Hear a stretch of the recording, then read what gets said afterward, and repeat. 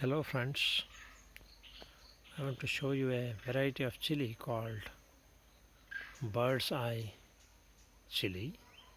These are small chilies which grow pointing upwards. They have very strong flavor, and by the way, we don't plant these. There are certain birds which eat this chili and carry the seeds. They drop them in the farm and they grow on their own. And these plants don't need a full sun.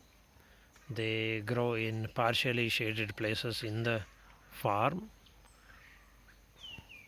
These chilies are very strong, that is one thing, and they have a very distinct flavor, very nice flavor.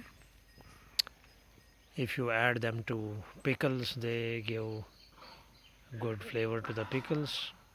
Finely chop and add them to preparations like curd rice. They elevate the taste of the curd rice to a different level.